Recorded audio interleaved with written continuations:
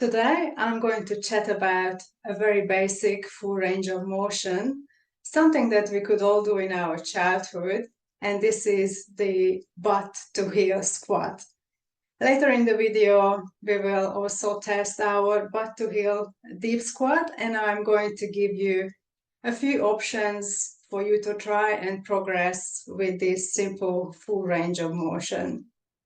People in less developed countries are still using this very basic full range of motion, the butt to heel squat, in their everyday lifestyle, like they playing games in this position on the ground, or they doing basic street cooking or chatting, eating, whatever in this position, and they actually feel comfortable and relaxed in this pose.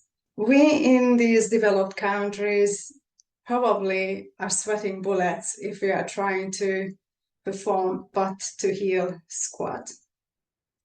Our modern lifestyle makes us very stiff. Even our regular exercises like riding a bike or running makes us more stiff. There are different ways of stretching that we can work on, the stiffness, mobility, and flexibility, but mainly we can categorize them as active and passive stretches.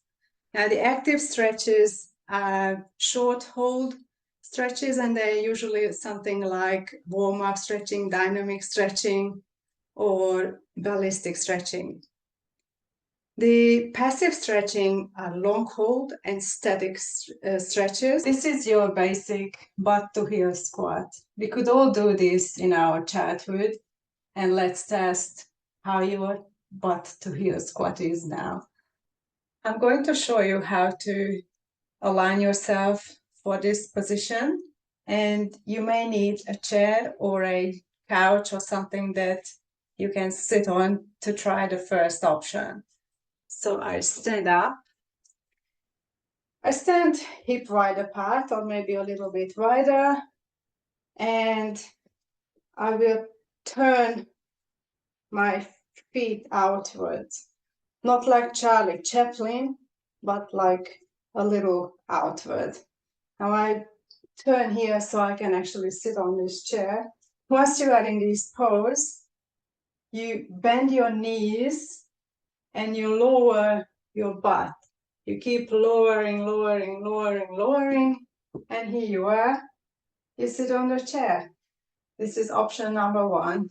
Once you're comfortable with option one, you can try to go and grab a lower surface.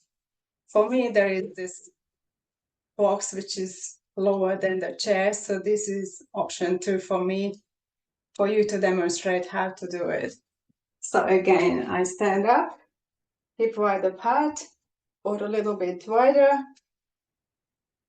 feet pointing a bit outward, bending my knee, and lowering, lowering, lowering, lowering, lowering, until I arrive and sit on this box.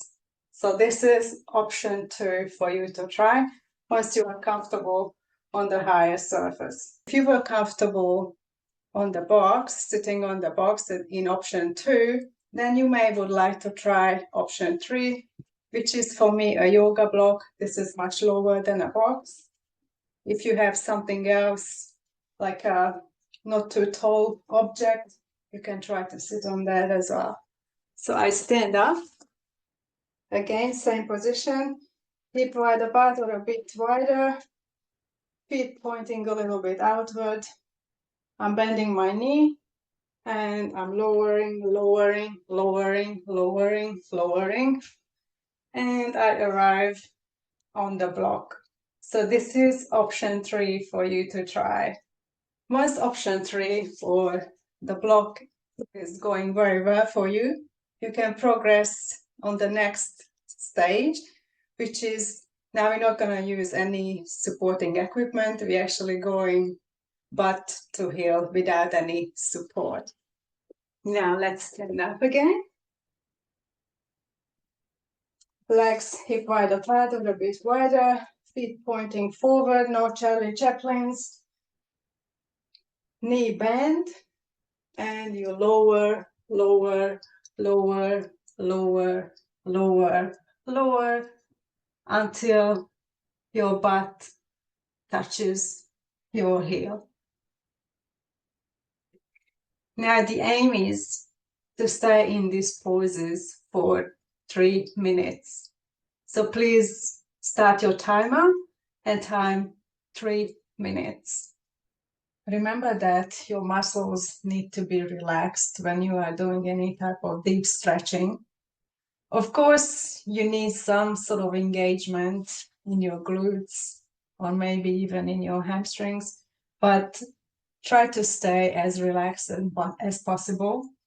And remember to utilize that breathing technique that I've introduced you yesterday. So let's do a few breaths together. Inhale. Exhale, slow. Inhale. Exhale, slow.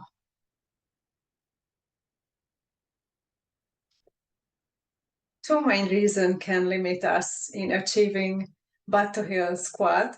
One is hip flexion, and the other thing is our ankle mobility.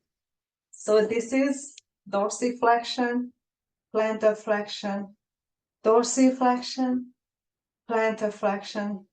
We need to work on our ankle and hip mobility together. The two are usually hand in hand. This dorsi and plantar flexion, we use it a lot in our everyday life anyway. Just think about walking, running, biking, driving a car.